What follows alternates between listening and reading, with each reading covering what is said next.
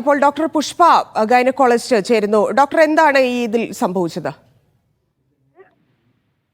സുറുമി 34 വയസ്സ്. ആദ്യത്തെ പ്രഗ്നൻസിയുടെ ആരംഭത്തിലാണ് എന്നെ കാണിച്ചത്. ആദ്യത്തെ 2 മാസം കാണിച്ചു.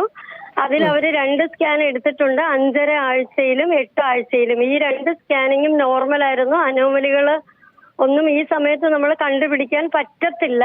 പിന്നെ ഗൈനക്കോളജിസ്റ്റ് അല്ല അനോമലികൾ. അല്ല, 3-ാം മാസത്തിലും 7-ാം മാസത്തിലും ഉള്ളതിൽ മനസ്സിലാവില്ലേ അത്? അതൊന്നും എനിക്ക് അറിയില്ല. ഈ പേഷ്യന്റ് എന്നെ കാണിച്ചിരിക്കുന്നത് 8 ആഴ്ച വരെയാണ്. 8 ആഴ്ച കഴിഞ്ഞ് അവര് വേറെ ഡോക്ടറെ മാറി കാണിച്ച്. എനിക്ക് ഇവരെ കുറിച്ച് ഒന്നും അറിയില്ല. ഇപ്പം ഇങ്ങനെ ജനിച്ചു കഴിഞ്ഞ് അംഗവൈകല്യം ഉണ്ട്. അത് കഴിഞ്ഞിട്ടാണ് ഇങ്ങനൊരു രോഗി അവര് പരാതി കൊടുത്തു കഴിഞ്ഞപ്പോഴാണ് നമ്മൾ കണ്ടിരുന്നു എന്നും 2 ആഴ്ച 8 ആഴ്ച വരെ നോക്കിയ ഡോക്ടർ അനോമലി കണ്ടുപിടിച്ചില്ല എന്ന് പറഞ്ഞ് ചാനലിലും FIR ഒക്കെ ഇട്ടത് വളരെ ദുഃഖം തോന്നുന്നു. നമ്മൾ ഡോക്ടർ പുഷ്പ എത്ര ആഴ്ച കാണിച്ചു എന്നാ പറഞ്ഞത്?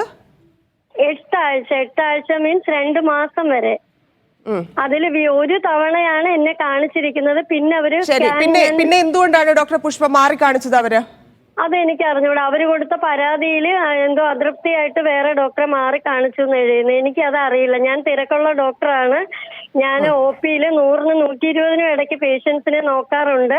ഞാൻ എല്ലാവരോടും ഒരുപോലെയാണ് പെരുമാറുന്നത്. അവരുദ്ദേശിച്ച തൃപ്തി എന്താണെന്ന് എനിക്കറിയില്ല. അവരങ്ങനെ മാറിപ്പോയിട്ട് വേറെ ഡോക്ടറെ കാണിച്ചിട്ട് പിന്നെ അവരെന്താണെന്ന് ഒരു കാര്യം എനിക്കറിയില്ല. പിന്നെ ഒരു കുട്ടി ഇവിടുന്ന് റെഫറായി വണ്ടാനത്ത് ചെന്നിട്ട് അനോമലിയുള്ള കുഞ്ഞ് ജനിച്ചു എന്ന് അറിഞ്ഞപ്പോഴും എന്നെ കാണിച്ചിരുന്ന പേഷ്യന്റ് ആണോ ഒന്നും എനിക്കറിയില്ല. അവസാനം ഇവരൊരു പരാതി കൊടുത്തതിനകത്തില് ഡോക്ടർ പുഷ്പ, ഡോക്ടർ ഷേർലി എന്ന് പറഞ്ഞപ്പോഴാണ് നമ്മൾ പരാതി എന്താണെന്ന് ഓഫീസിൽ നിന്ന് നമുക്ക് ലെറ്റർ തന്നപ്പോഴാണ് ഇവര് പറഞ്ഞിരിക്കുന്നത് അനോമലി കണ്ടുപിടിച്ചില്ല. നമ്മുടെ ലോകത്തിൽ ഒരു ഗൈനക്കോളജിസ്റ്റിനും ഒരു റേഡിയോളജിസ്റ്റിനും ആദ്യത്തെ 2 മാസത്തിൽ ഒരു അനോമലിയും കണ്ടുപിടിക്കാൻ പറ്റില്ല.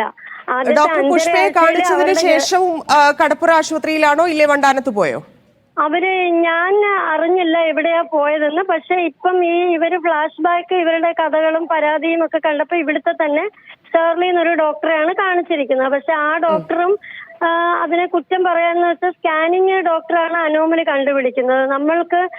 നമ്മുടെ ആശുപത്രിയിൽ സ്കാനിങ് ഇല്ല. സ്കാൻ റിപ്പോർട്ട് നോക്കുന്നത് ഡോക്ടറല്ലേ? ഏതാ? സ്കാൻ റിപ്പോർട്ട് നോക്കുന്നത് കൺസൾട്ട് ചെയ്യുന്ന ഡോക്ടർ ആയിരിക്കുമല്ലോ. നോക്കുന്നത് കൺസൾട്ട് ചെയ്യുന്ന ഡോക്ടറാണ്. 5-ാം മാസത്തിൽ അനോമലി ഒന്നും ഉള്ളതായി എഴുതിയില്ല എന്നാണ് ഞാൻ അറിഞ്ഞത്. ഞാൻ ആ സമയം 2 മാസം വരെയല്ലേ നോക്കിയുള്ളൂ. അപ്പൊ എനിക്ക് അത് കഴിഞ്ഞ് ആ പേഷ്യന്റിന്റെ സ്ഥിതിയെ പറ്റി ഞാൻ പറയുന്നത് ശരിയല്ല. ഞാൻ അവരെ മനസ്സിലായി. അല്ല ഡോക്ടർ, ഞാൻ നോർമലി ഒരു കാര്യം ചോദിക്കട്ടെ, താങ്കളെ കുറ്റപ്പെടുത്തിക്കൊണ്ടല്ല, കേസ് അവിടെയുണ്ട്, അത് വേറെ കാര്യം. പക്ഷെ ഡോക്ടർ ഷേർലിക്ക് ഈ സ്കാൻ റിപ്പോർട്ട് കിട്ടിയാൽ, ഇപ്പൊ താങ്കൾ പറഞ്ഞു സ്കാൻ ചെയ്യുന്ന ഡോക്ടേഴ്സിനാണ് ഇത് മനസ്സിലാവുക, പക്ഷേ റിപ്പോർട്ട് കൊടുക്കുന്ന ഡോക്ടർക്ക് എങ്ങനെ ഇത് മനസ്സിലാകാതെ പോയി? അത് നമ്മൾക്കറിയില്ല. അവര് സോണോളജിസ്റ്റ് നമ്മുടെ 5-ാം മാസം നമുക്ക് ഫ്രീ സ്കാൻ ഉണ്ട്. നമ്മുടെ ഗവൺമെന്റ് സെറ്റപ്പിൽ 5-ാം മാസത്തെ ഫ്രീ സ്കാൻ അനുസരിച്ച് നമ്മുടെ ഹോസ്പിറ്റലിൽ നിന്ന് തന്നെ ടൈപ്പ് ആയിട്ടുള്ള ചങ്കേഴ്സ് ലാബിലാണ് ഈ സ്കാൻ ചെയ്തിരിക്കുന്നത്. അപ്പൊ ആ ഡോക്ടർ എന്താണ് കാണാതെ പോയതെന്നും അത് മിസ്സായതാണോ എന്നും ഒക്കെ നമുക്ക് ആ ഡോക്ടറിനോട് അന്വേഷിച്ചാലേ അറിയൂ. പിന്നെ അത് മാത്രമല്ല, ഈ കുട്ടിക്ക് പോളിഹൈഡ്രാമിയോസ് ഒരു കണ്ടീഷൻ ഉണ്ടായിരുന്നു എന്ന് ഞാൻ മനസ്സിലാക്കി. പോളിഹൈഡ്രാമിയോസ് എന്ന് വെച്ചാൽ കൂടുതലായിട്ട് കുഞ്ഞിന് ചുറ്റുമുള്ള വെള്ളം കൂടിയിരിക്കുന്ന ആ കണ്ടീഷൻ. അപ്പൊ ആ കണ്ടീഷനിൽ നമുക്ക് കാണാതെ മിസ്സായി പോയതാണോ ഞാൻ അതിനെ കുറിച്ച് അറിഞ്ഞപ്പോൾ ഈ പാരന്റ്സിനെ അറിയിച്ചിരുന്നോ ഡോക്ടർ?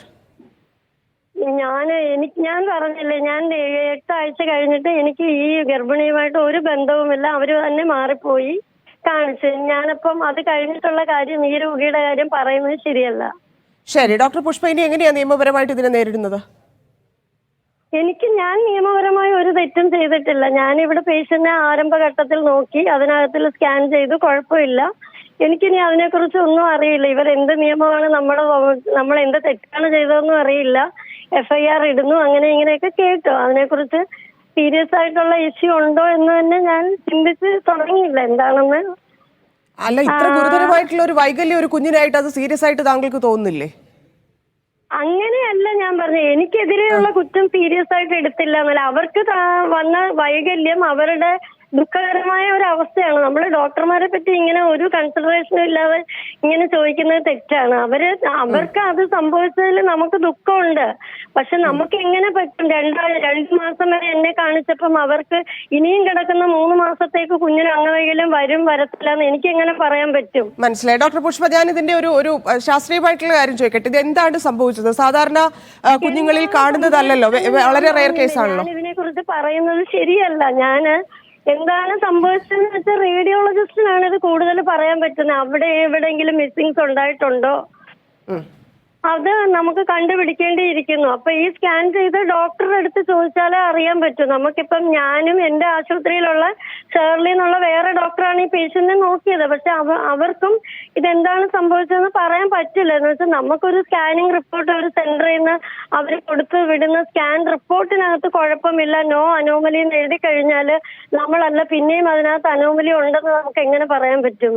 മനസ്സിലായി. ഡോക്ടർ ഷേർലിയോട് സംസാരിച്ചിരുന്നു. നമ്മള് ഒരു പേഷ്യന്റ് ആദ്യത്തെ ആരംഭ അവസ്ഥയിൽ ഞാൻ പറഞ്ഞില്ലേ, ആദ്യം 5 ആഴ്ചയിലും 8 ആഴ്ചയിലും എന്ന് വെച്ചാൽ 2 മാസത്തിന് മുമ്പാണ് എന്നെ കാണിച്ചത്. അതിനകത്ത് അവർക്ക് കുഴപ്പങ്ങളില്ലായിരുന്നു. നമ്മൾ അവർക്ക് വേണ്ട മെഡിസിൻസ് കൊടുത്തിട്ടുണ്ട്, എല്ലാം ചെയ്തിട്ടുണ്ട്. അവര് പിന്നെ നമ്മളെ കാണിച്ചില്ല. ഈ രോഗി എവിടെ പോയി, ഗർഭിണി എവിടെ പോയി എന്ന് എനിക്കറിയില്ല. അവര് കൊടുത്ത പരാതിയിലാണ് അവരെഴുതിയിരിക്കുന്ന അതൃപ്തി തോന്നിയത്. ഇപ്പൊ അവർക്ക് അതൃപ്തി ഓരോ ആൾക്കാരും ചിലപ്പോ നമ്മളിൽ നിന്ന്